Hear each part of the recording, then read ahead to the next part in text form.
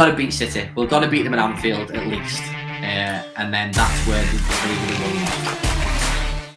Hi there, welcome to another episode of the Premier League Predictor. Today we'll be covering off Liverpool, and it's fair to say I think their fans have been having a bit of a mixed reaction to what has been quite a successful season. But I am joined by a great guest. He's a friend of mine as well. So I welcome on Jay Pearson, who's part of the Kopite Podcast and also their YouTube channel. But before I check in with Jay, make sure you subscribe to our channel, give it a like, give us your comments as we go along as well. And also, if you haven't already done so, give our other videos a listen as well as a view. There's lots to pick from, so we've got a number of clubs that I've already gone through with their supporters to get their views as well. But Jay, absolute privilege to discuss Liverpool. Like I said in the intro, it's been a kind of season that I think has been tinged by a sense of regret just by the form that Liverpool had and the fact that it was so close in the league itself. And we won't mention that Champions League final. Well, I've already done that. But mate, from your point of view, how was last season? Wow. Well, first of all, Adam, thanks for letting me be on the show. Really appreciate it, mate. And regarding last season, roller coaster is the first thing I could think of because, you know, we sort of had that first half of the season. So I'll say first three or 4 months of like, oh yeah, Liverpool potentially could win the league. And then we had a dip in form and all of a sudden you're out of it. You know, Christmas time, early January, and you're thinking, right, let's just concentrate on Europe, and all of a sudden, slap bang, you get to February, March, obviously we're in a title race again. So, yeah, it was up and down, mate. But as a supporter who was, you know, going to games all the time, and you know, I loved every second of it last season. There was disappointment that final week, the way we lost the league, and obviously losing the Champions League final. But you know, if you give me the option of winning 2 trophies every season, I'm going to snatch your hand off at it. I'll always take the potluck of which 2 they are. Yeah.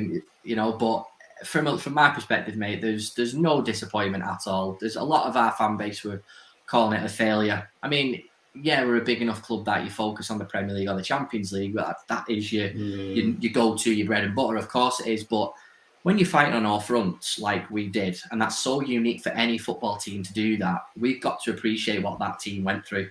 Do you know what I mean? And it got to the right at the end, and we just couldn't get that over that line. And you know, if Aston Villa put away 2 more chances, they could have been 3 or 4-0 up. And if Courtois didn't have the day he did in Paris, you know, it looks like that, mate. So the way I look at it, I had such a good time last season, and I loved every second of it. And I think that's where the balance has to be with Liverpool fans, is that at least Liverpool made it into those kind of finals. They managed to achieve some cup success along the way. When you consider the likes of, say, Man United, Chelsea didn't win anything. You know, it was always going to be hard to have one team to dominate every competition. But if there was an area that you felt like maybe Klopp should have maybe had a bit more concentration or improved, what would you kind of dwell as that one factor?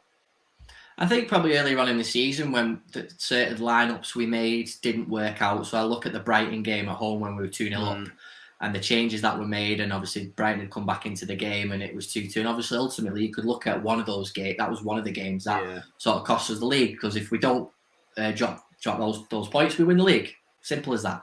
So those are lessons that need to be learned and addressed. Now, obviously there's a lot of people in our fan base that are saying that there was part of that midfield wasn't performing, and there's certain individuals in our midfield that need to be either moved on or we need to be bringing in somebody else. Now, listen, it's 6 of one, half a dozen the other way you look at it. But I don't just look at individuals, I just look at the team. So going back to your question about Klopp, maybe that was sort of where you sort of think, well, maybe you took too much of a risk at 2-0, especially that early on in the season, because Manchester City make you need to win every single game. And don't forget, we do that to Manchester City as well. You know, we push them as hard as they push us.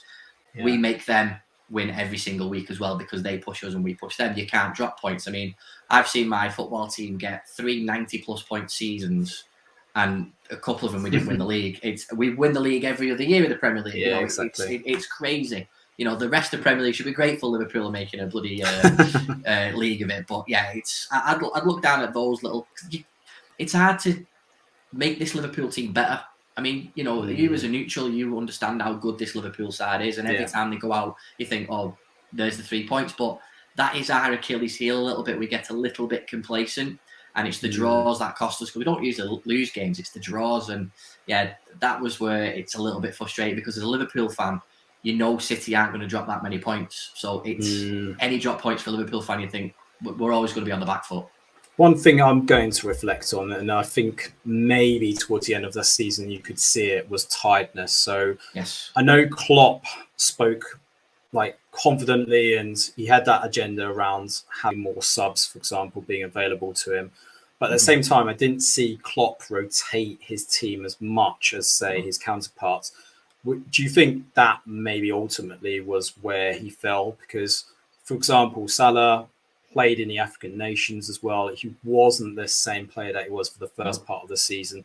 And certainly I felt like maybe he could have benefited from a few weeks drop out of the team, let the players that were on form, the likes of Mane, for example, at the time, as well as maybe introduce Firmino, just to kind of break it up and at least give him a break.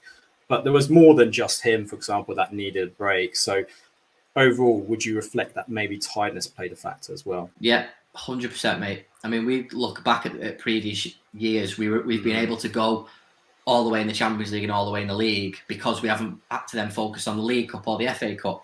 So there's that balance, isn't it? That our squad can go full throttle in 2 competitions. It obviously can't go in 4. Now, all right, the League Cup finishes February, March, but you still got to think about those extra rounds, those extra burnouts and stuff like that. And bear in mind, we got to that final without Salah and Mane, so we did use our squad quite a bit for that. But you are absolutely right, mate. When it comes to that FA Cup weekend, we go back to the quarters when we played Forest. Games either side of him. We had the City game in the league, and then we had to go full throttle in the Champions League, and then again against City in the FA Cup. We didn't have the squad to rotate, like you said, and we can do the odd individual where it doesn't weaken the side. But when you change that midfield and you change 3 individuals, there is an effect on that. There's certain players in our squad that haven't been up to scratch last season or the previous season. People can look at players' age. I don't think it's a factor at the minute because of how well the sports science is. But you are definitely right. It was fatigue, 100%, coming towards the end of the season. I mean, the last game of the season against Wolves, we had to win, and we were so sluggish. And I think a lot of the games leading up to the Champions League final, look at Villarreal in the Champions League, we were going 1-0 down all the time, and we'd have to dig deep again to bring it back. And I look at Spurs, the Spurs game, I think it's second or third to last game of the season. We drew that game, we went 1-0 down, and you just knew, we were so sluggish. And if it wasn't for Luis Diaz, I don't think we would have got as far as we did. I think he was a really big signing, wasn't he, at the time? Massive signing, mate. I mean, we were supposed to get him in the summer, but thanks to Spurs for giving us the kick up the arse to get him. So yeah, mate. So giving us, and he added that depth that we needed, especially in that forward line, because like you said before, mate, Salah just was not the Salah of before the AFCON. Mane had the bit between his teeth, but obviously, and Jota had sort of dropped off a bit. Bobby Firmino was injured. Minamino couldn't really perform on the bigger stages, although I was totally grateful for his cup runs. He was top goal scorer in both of our domestic cups. And, Lord Divock Origi, I'll never have a bad word to say about him anyway. So, it's just fatigue was big time. And I think, with the way you sort of address certain things, summertime and that, you've got to look at that. And I think over the next 2 or 3 windows, I think a lot of that will change for Liverpool. Let's park it then and talk about what you've done in the window so far, as well as maybe some speculative moves. So far, you've confirmed Fabio Carvalho from Fulham. That was quite an early bit of business. That was before the season had even ended. So that seems like quite a wise bit of investment. That's rumoured to be around 30 million, which if that is true, then that's quite cheap for a player of his ability. I think the big one, I'll mention it now, Darwin Nunez, obviously a big figure, 85 million plus, rumoured from Benfica, obviously going to be the replacement of Mane, it seems. And then we've got Calvin Ramsey that will probably offer some competitive edge as well in terms of flanks. But also we've seen recently Joe Gomez tied to a new contract as well as Mo Salah, which is quite critical because I think he was entering his last season of his contract at the time. So, some good business there. Let's start with the obvious. So Darwin Nunez, I think he's a really talented bloke. And I appreciate a lot of the media have kind of said that's a huge amount to spend on a player of his ability. Granted, he needs some time to develop, and I think under Klopp, he will be given that time to maybe make his game more overall, I think is the right word, because he is a raw talent at this stage of his career. But what do you think of the commitment from Liverpool to kind of spend that amount of money on him? Because I know previously Klopp doesn't like spending big money, but at the same time, they had to do that to get this deal over the line. So are you excited by Nunez for Watford? I am very excited by Nunez because watching him very closely when they came to Anfield, where I was sat, he was covering that left flank. And I'm just watching this guy, and I just thought he's a powerhouse. And he reminds me of Torres, and it's got nothing to do with his haircut. I know it's very similar, but he's just got this commanding presence of a forward. Now, if we had a forward in the Champions League final, I think we win that game. I really, really do, because he's a proper number 9. He scored a hat-trick at Anfield, and 2 of them were disallowed. And quite frankly, one of them should have been allowed because it wasn't really offside. But he's just got this, on the last on the shoulder. Yeah, knows where the goal is. Nice little finish. It's like Jota, he just knows where the goal is. So I'm very excited by it. I've only got reservations about it because of his age. He's only taken this year where he's sort of blown up in Benfica. Playing against Liverpool has given that bigger stage. So I'm just a little bit worried about that. But we've seen plenty of times where players have been amazing in the Bundesliga and then they've been awful in the Premier League. Timo Werner. Excuse me. Still a great player though, Timo Werner. He really is. I just think he should be used a little bit better at Chelsea. Yeah. But yeah, that's my only reservation about him. I've got that. And plus, for a young lad to have the £64 million plus add-ons of 85 million price tag, how does that sit on a young man's shoulders? I don't know. But we'll soon find out. And I love the media's little battle of Nunez versus Haaland and all that sort of stuff. And I can't wait to see it because that battle can be in the foreground, and in the background, Mo Salah's going to score 30, 40 goals anyway. So it's pointless even on that bloody argument. But I'm excited by it, mate. I really am. The Carvalho deal, I think, is absolute genius. Again, the same way we did with Harvey Elliott. We've got 2 really, really exciting attack-minded players that can play in the midfield and they can play in the forward line. And Harvey Elliott last season, before he got injured, was our best player. So I can't wait to see him back in the fold again. Carvalho looks a very, very good player for Fulham. So it'll be great to see him embed into the squad. And then Calvin Ramsey at right back, like you said before, mate. Trent needs not the kick up the arse, but he does need competition.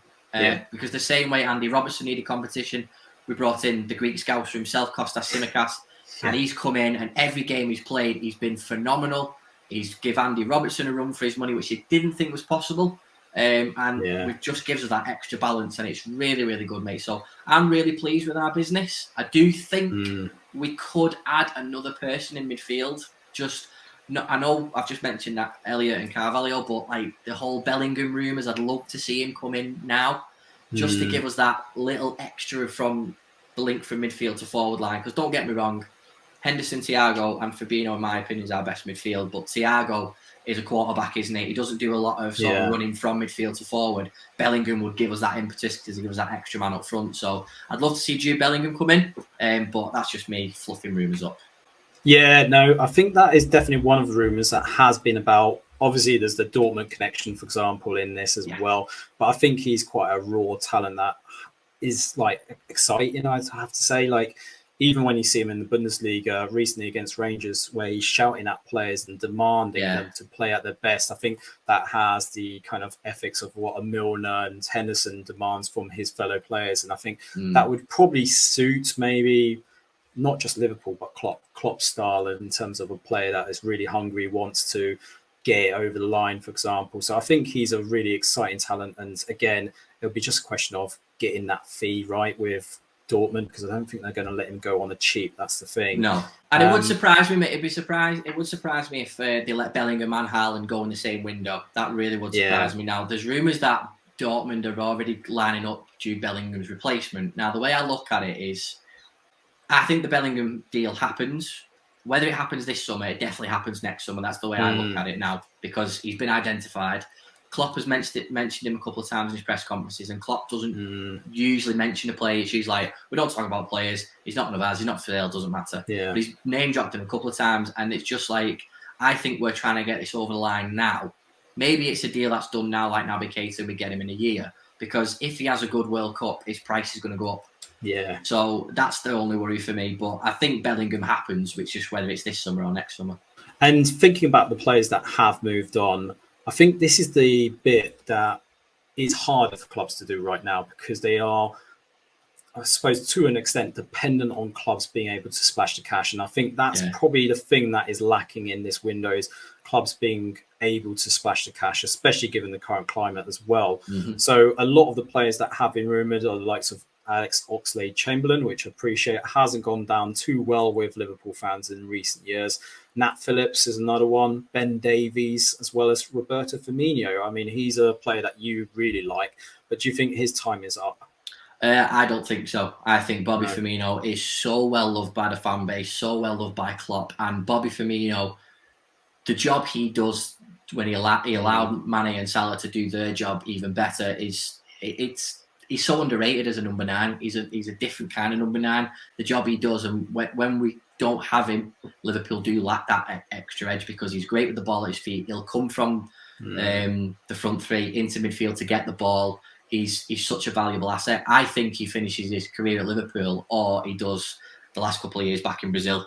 I hope we never get rid of him. But he is coming to the end of his contract, so it's one of them where you go, do you cash in on him then? But I don't think he goes anywhere in Europe. I don't think he's that type of player. I think he's settled. He loves it here. You know, I know he was made up when Coutinho moved back to England because it was his best mate coming back, and he's got Alisson, he's got Fabinho, who aren't going anywhere. So for me, there's no reason for Bobby Firmino to leave, and Klopp just loves him, so I just can't see that one happening. Yeah, he does remind me of that Route B option, you know, the alternative to like games where it's maybe not working out for you guys.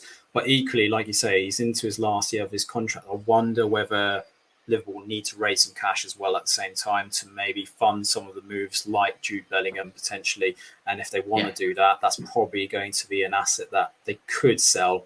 Question will be is like what I've just said, who's going to be able to afford that really? And I think that's the big one right now. Your thoughts on Mane as well while we're at it? So Mane obviously gone to Bayern Munich for what most people feel is quite a cheap price potentially.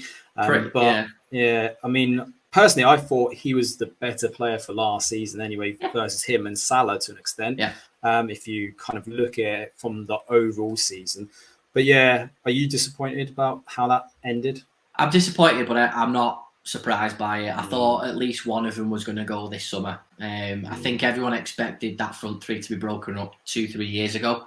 And it's proven that it's gone on the longest of any front lineup in Premier League history. The numbers that them three put up, it just speaks for themselves. It's unbelievable. So I was disappointed, but the lad wanted a new challenge, and that's absolutely fine. I don't think in terms of I think the way we've done the wage structure for both Salah and Mane, we couldn't do it for both. It was either one or the other. And I think, again, we needed to cash in on one of them because we've been quite, in my opinion, a bit laxy-daisy in terms of the contract situation because we couldn't afford to get rid of Mane last summer because there was no one available. So then you're getting rid of Mane. Maybe we don't hit the heights we did last season, but we probably would have got more money for him. But then it would have been a waste of time anyway. So, all right, yeah, we've sold Mane for pretty much the same amount that we bought him for from Southampton in 2016. He goes with our blessing. He's a Liverpool legend. Gutted to see him go, but he wants a new challenge. He's won everything in England. Crack on, mate. Go and win it. Go and win everything somewhere else because he will. He'll probably win everything with Bayern. So yeah, a bit gutted, but you know, he goes, and we've already had Luis Diaz come in, who's settled in on that left-hand side. He's starting left-hand side every week now. Doesn't have to worry about pushing Mane out. He's there. So yes, we've lost Mane, but we've got Luis Diaz. And I'm going to push you on the really difficult question, which is, where do you think you're going to end up? And I will caveat this by saying we are recording on the 13th of July. So there'll be a lot more moves to happen before this actually goes out. But obviously it's going to be really tough. But for you, where do you think realistically Liverpool should be aiming for? Well, like I said at the start of the show, mate, you've got to be aiming for first in the Premier League and lifting the European Cup. They are our two goals as a fan base. That's what we want. We know we can do both. We know we can do it. We can get to those finals and we can take it to the last day of the season. I still think City will win the league just because they are so relentless. They bought well. They already have a good squad.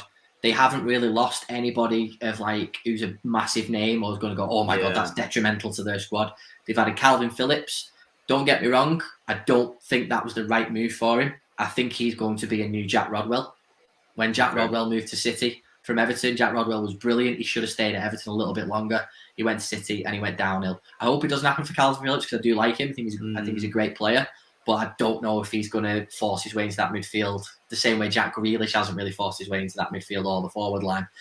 But they've bought Haaland, and listen, that guy knows, where to put the ball in the back of the net. But Haaland hasn't been bought for City to win them the league. They'll do that without him. Yeah, they've bought Haaland to go and win that Champions League. That's what they've got. So we've got to stop them in Europe. I think we're the only team that can stop them in Europe, apart from Real Madrid, obviously.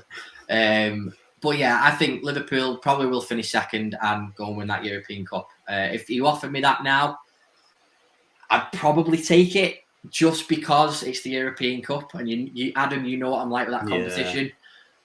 But I just think the way City are so consistent in the Premier League, it's unbelievable. So yeah, but I'm happy to be wrong, and I'm happy to do another podcast in 12 months' time, mate, with you, where we have won the league, and I'll bring that trophy out again for you. Definitely. I cannot wait. But I have to say, in reflection, I think it's going to be really tough. It's going to be between you two again. Ultimately, I wonder if it's going to be down to the games that you've drawn. For example, the likes of, say, your Southamptons, those kind of teams where maybe you should have got those points, for example. And potentially it's going to be down to that, really, and maybe Man City slipping up, which doesn't happen very often, that has to be said. But yeah, you're going to have to pray for that, and maybe some injury crisis, because Pep loves his injury crisis and moaning about that when it happens. He does. But, yeah. The thing is, as well, Adam, what we didn't touch on. I mean, I know. Obviously, the time recording this, Sterling got announced today, didn't it? They've lost Sterling. He's going to Chelsea. That makes Chelsea a bit strong. It looks like they're getting Koulibaly as well.